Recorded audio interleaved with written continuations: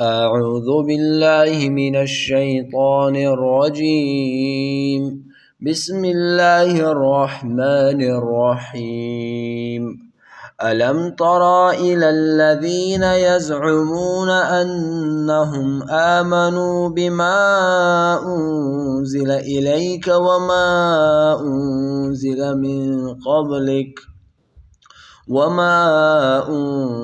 من قبلك يريدون أن يتحاكموا إلى الطاغوت وقد أمروا أن يكفروا به ويريد الشيطان أن يضلهم ضلالا بعيدا. صدق الله العظيم. نن درس کې به انشاءالله آیات نمبر 8 همدارنګې آیات نمبر 18 22 23 او 24 ترجمه او تفسیر وکړو. الم تر الى الذين ایا ندی لیدلی تا او کسانو ته یزعمون چې په ظاهر هغوی دعوی کوي انهم آمنو چې بېشکه دوی ایمان راوړی دی بما انزل الیک په هغه څه یعنی په هغه قرآن چې نازل شوی دی په تا باندې وما انزل من قبلک او په هغه څه چې نازل کړی شوي دي پخوا له تا نه یعنی تورات زبور انجیل. یریدون اراده لري دوی ان یتحاکمو د څه شي اراده چې یوسي ویروړي د خپل خصومت جنگ الی الطاغوت په طرف د شیطان. دلته طاغوت نه مراد کعب ابن اشرف دی، انشاءالله وروسته به تفصیل وکم. وقد امروا ان یکفروا به او په تحقیق حکم کړی شوی دی دوی ته چې کافر دي شي دوی به په دې سره. ویرید الشیطان او اراده لري شیطان ان یضلهم ضلالا بعیدا دا چې گمراه کړي دوی په گمراهۍ لرې سره یعنی حق نه لري کی. واذا قیل لهم او کله چې وویل شي دوی ته یعنی دوی منافقینو ته تعالوا رازوی تاسې الی ما انزل الله په طرف د هغه حکم هغه کتاب چې انزل الله چې نازل کړی دی الله و الی الرسول او په طرف د یعنی حکم د نبی علیه السلام ته یعنی طرف د رسول ته راشوی. رأیت المنافقین نو ګورې به کسبت منافقان یصدون چې ګرځي به له تا نه عنک صدودا په ګرځېدلو سره یعنی هغوی به لرې لرې کېږي. فکیف اذا اصابتهم مصیبة نو څه به وي څه حال به وي د دوی کله چې ورسیږي دوی ته کوم مصیبت بما قدمت ایدیهم په سبب د هغو ګناهونو چې وړاندې لېږلي دي لاسونو د دوی. ثم جاءوک بیا به راشي دوی تا ته ای نبی علیه السلام یحلفون بالله چې قسمونه بخوري په الله باندې به دوی ان اردنا چې نه وه اراده زمو الا مگر احسانا و توفیقا مگر د ښېګڼې د اصلاح او د موافقت یعنی د جګړو کوونکو نه د مخالفت دسته. اولئک الذین دغه منافقان هغه کسان دي چې یعلم الله ما فی قلوبهم چې معلوم دی الله ته هغه شی چې په زړونو د دوی کې دی. فاعرض عنهم نو څنګ وکړه تغافل وکړه له دوی څخه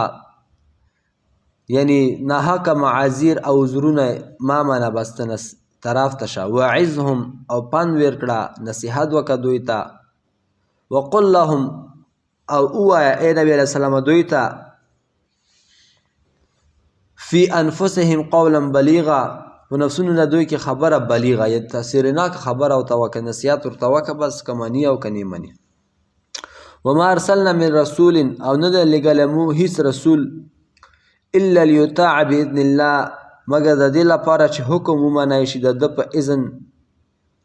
د الله سره په حکم د فرمایلو د الله سره.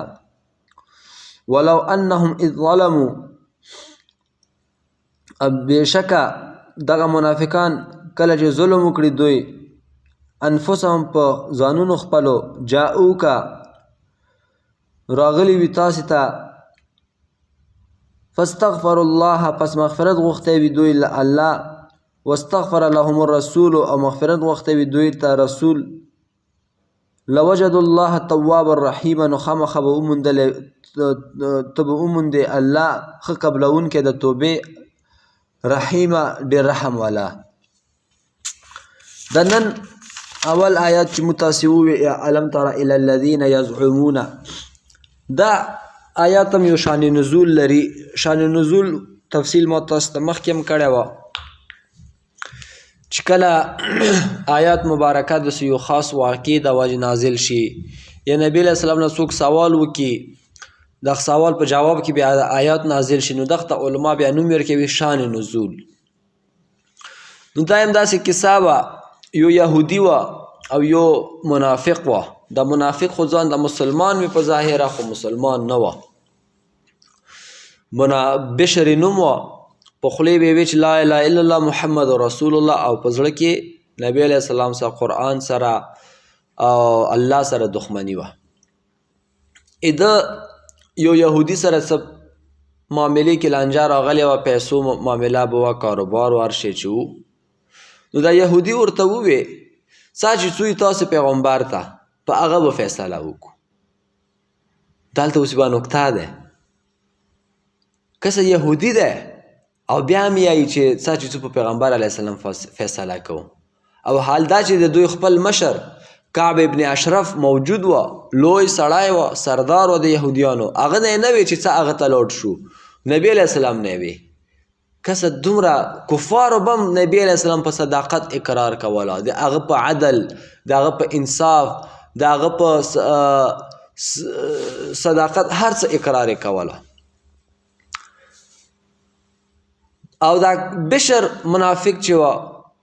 په کار دا وه چې دویلي وه چې بلکل منه مې در سره ستا چې څو نبي علیه السلام ته ده څه ووایي چې نه هغه ته نه ورځو په بل چا فیصله کوو او ده ظالم ورته وایي چې څه چې څو کعب ابن اشرف نه فیصله کوو. دلته مې یوه نکته ده چې ده کې غلا وه دا غال و غال او منافق وه او دا پیدا چې نبی علیه السلام په انصاف سره به فیصله کوي ظلم خو نه کوي خو پیغمبر د رښتونه او زه خو غال یمې نو فیصله به ما په حق کې نه کېږي بلکې فیصله به د چا په حق کې کېږي دغه یهودي په حق کې به کېږي مال دولت به د ما لاسه وځي. خو ډېره لانجه وشوه آخر هم بس دا راضي خزا چې ځو نبي علیه السلام ته. نبي علیه السلام ته چې ویرغله چې داسې داسې مو لانجه ده نبي علیه السلام خو لوی سړی و شخصیت و بس هغه اول پرا تحقیق وکړه که څه ده کله چې هم تانې څوک فیصله کوي یو ځای کې مشر جوړ کړی ملک شوې جرګې مشرې نو داسې ما کوه چې د یو کس خبرې واورې او د بل کس خبرې نه واورې او بس د یو کس په حق کې فیصله وکړي چې دا په حق ده نه دا تا ظلم وکړه دا پوښتنه به تا نه هغې دنیا کې کېږي. نو نبي علیه السلام څه چل وکړه دواړو طرف یې ښه تحقیق وکړه د انګریزانو خبره انویسټیګیشن یې وکړه چې خبره معلومه شوه فیصله د یهودي په حق کې وشوه او بشر ته یې ووی چې ته په ناحقه مال دولت ورکړه. دغه ظالم ته پکار دا وه چې دا فیصله یې منلې وه چې رووتل مجلس نه یې نه دا فیصله نه منمې نعوذ بالله د نبي علیه السلام فیصلې نه ډایرکټ منکر شه چې ډایرکټ منکر شه نو بیا یې سوچ وکړه بیا یې وویل چې ځه چې څو عمر رضی الله عنه ته په عمر رضی الله عنه به دا څه وکړو فیصله وکړو. نو دلته یوه نکته ده ده اوس د عمر رضی الله عنه ته دا فیصله ویلې یوړه دا ځکه دا بشر زړه کې سوچ کوله چې عمر رضی الله عنه چې دی دا د یهودو ډېر دشمن دی یهودو سره ډېر کس دی نو کیدای شي عمر رضی الله عنه به د یهودي په حق کې فیصله ونه کړي او ما په حق کې فیصله به وکړي. چې کله هغه کور ته ویرغلل دروازه یې وټکوله عمر رضی الله عنه ته راووته څه کیسه ده یهودي ورته ووایي چې داسې دغسې ما لانجه دی او نبي علیه السلام ته ویرغلو هغه فیصله وکړه او دا اوس د نبي علیه السلام فیصله هم نه مني چې نه عمر رضی الله عنه ته ورځو. عمر رضی الله عنه چې دا خبره واورېده بشر ته یې چې داسې ده کیسه هغه چې او داسې ده. عمر رضی الله عنه خو زه لږ کور ته نوځم راووځم کور ته ننوته توره یې راواخیسته چې دا راووته ټک ساري ته نه وویل بشر نه یا څوک چې د نبي علیه السلام فیصله نه مني او هغه فیصلې د پاسه بله فیصله غواړي نو بیا عمر رضی الله عنه دا فیصله کوي. نو لانجه جوړه شوه د بشر کوروالا پلار ورونه ترونه وغیره رجک شول چې دا وکسه مو مسلمان یې مړ کا خپل مسلمان یې مړ کا دا نبی علیه السلام ته دعوا راوړه چې دا څه کیسه ده دا اوس نبی عمر رضی الله عنه باید هغه شي قصاص شي. نو الله پاک دا آیتونه نازل کړل چې نه عمر رضی الله عنه ډېر ښکلی کار کړی دی او څوک چې د نبی علیه السلام فیصله نه مني نبی علیه السلام خو چې دی دا خو د الله حکم دی که نه آیات مبارکه کې څه ارسي ان هو الا وحی یوحى نبی علیه السلام نه دی مګر دته وحی کېږي چې کومې خبرې کوي دا یې ځانه نه کوي دا د الله خبرې کوي. نو څوک چې د الله خبرې نه مني خو کافر کېږي. بشر خو اول منافق وه په ظاهره مسلمان و چا څه ورته نه وي اوس خو د کفر ښکاره شه په ښکاره د اسلام مخالفت یې وکړه د نبي علیه السلام خبره یې ونه منله نو دا څه شه کافر شه او د کافر مرګ څه دی روا دی. نو دغه کیسې ته اشاره وکړه الم ترى آیت نکسې الی الذین هغه کسانو طرف ته یزعمون چې هغوی څه کوي په ظاهره دعوې کوي انهم یقینا دوی چې دي آمنو ایمان یې راوړی همدغه بشر ته اشاره ده همدغه منافقینو ته اشاره ده بما انزل الیک په هغه څه چې دوی نازل شوي دي تا ته ای نبی علیه السلام دوی یې چې موږ په قرآن ایمان لرو وما انزل من قبلک او په هغه څه چې نازل کړی شوي دي تا نه مخکې ای نبی علیه السلام یعنی تورات هم منو انجیل هم منو دومره لویې لویې دعوې کولې خو په زړه کې ذره برابر ایمان نه وه یریدون او څه شی اراده لري دوی ان یتحاکمو چې یوسی خپل خصومت خپل دعوا الی الطاغوت چاته طاغوت ته شیطان ته دلته طاغوت نه څوک مراد دی قاب ابن اشرف ته د بشر اراده وه چې نه هغه ته وړو فیصله قاب ابن اشرف ته دلته یوه خبره یاد ساتئ طاغوت چاته ویلی شي دغه تفصیل ما تاسو ته مخکې هم کړی وه بعض علما یې چې طاغوت نه مراد شیطان دی بعض علما یې چې نه طاغوت نه مراد هر هغه څیز چې بغیر د الله نه د هغه عبادت وشي هغه ته طاغوت ویلی شي. نو بس دا ټول اقوال صحیح دي ښه که شیطان شي شیطان هم د الله نه ماسوا دی خلک د هغه عبادت کوي د هغه خبره مني. کعب ابن اشرف هم طاغوت دی ځکه دا د یهودیانو سردار و د اسلام لوی دشمن و. نو الله پاک دلته کعب ابن اشرف ته خطاب د طاغوت کړی دی وقد امیرو او په تحقیق سره امر شوی دی دوی سره او تحقیق سره شی دی حکم کړی شوی دی دوی ته ان یکفرو به چې دوی کافر شي په دې سره یعنی چې سره کافر شي دا د نبی علیه السلام خبره ونه مني او د طاغوت خبره ومني ویرید الشیطان او اراده لري او غواړي شیطان ان یضلهم چې ګمراه کړي دوی ضلال بعیده په ګمراهۍ لرې سره. واذا قیل لهم تعالوا او کله چې ویل شي دوی ته تعالوا راځئ تاسې په طرف د حکم د چا الی ما انزل الله هغه چې نازل کړي دي الله و الی الرسول او راشو په طرف د نبی علیه السلام رأیت المنافقین ته په وکس منافقان یسدون چې ګرځي بلتانا عنک سدودا په ګرځېدلو سره یعنی ډېر د دښمنۍ د وجې نه هغوی به څه کېږي تا ته نه راځي او واپس کېږي به. منافقینو کې هم دا حال دی که څه نن سبا منافقین هم شته دي ښه خو نن سبا هغه اعتقادي منافقین نشته مسلمانانو کې. مخکې چې اعتقادي منافقین وو یعنی عقیدې کې به مشکل وه نن سبا ماشاءالله چې کوم مسلمانانو کې منافقین دي او که چا کې عقیدې کې مشکل وي بیا هغه ته پخوانی منافق لقب ورکولی شو ښه خو زړه کې الله مني رسول مني خو عمل مشکل لري المنځ نه کوي په ظاهره ځان ته ډېر لوی لوی مسلمان یی خو پټه زندګي ګناهونو نه ډاکه وي نو دغه منافق عملي ویلی شي ښه. فکیف اذا اصابتهم مصیبه نو څه حال به وي د دوی کله چې ورسیږي دوی ته مصیبت بما قدمت ایدیهم په سبب د هغه څه چې لیږلي دي مخکې لاسونو د دوی یحلفون بالله قسمونه خوري دوی په الله سره ان اردنا نو اراده زمو الا احسانا مگر د ښېګڼې اراده مو د اصلاح و توفیق او د موافقت بیا دا کوروالای دعوی کولی نه دا بشر خو چې و مسلمان و د نبی اسلام فیصله چې ونه منله د دا مطلب نه و چې نعوذ بالله د نبی اسلام فیصله صحیح نه و د دا مطلب و چې د نبی اسلام فیصله خو قانون دی دغه کې څه تبدیلی نشي کېدلی لوړ به شو بل ځای کې به فیصله وکړو چې هلته به موته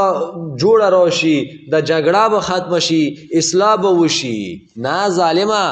ته به پردی مالونه پټاوي او بیا به خلکو سره جوړې کوي چې زه والا به جنګ به نه کوو به دا نیمې تا مال چې دا بې ما شي نیم بې تا شي نه دا چېرې فیصله شوه دا خو فیصله نه شو دا خو چلبازي شوه اولئک الذین دا منافقان هغه کسان دي یعلم الله چې معلوم دی الله ته چې معلوم دی الله ته ما فی قلوبهم هغه څه چې په زړونو د دوی کې دي الله ته هر څه معلوم دي دا منافقان دي نبی اسلام ته یې ووې ډېر ورپسې ما ګرځه بس که خبره مني که نه مني نه مني بس ما ته یې پرېږده بیا به هغې دنیا کې اوسه کوسو فاعرض عنهم نو څه وکړه څنګ وکړه دوی نه تغافل وکړه دوی نه وعظهم او نصیحت ورته وکړه وقل لهم او وایه دوی ته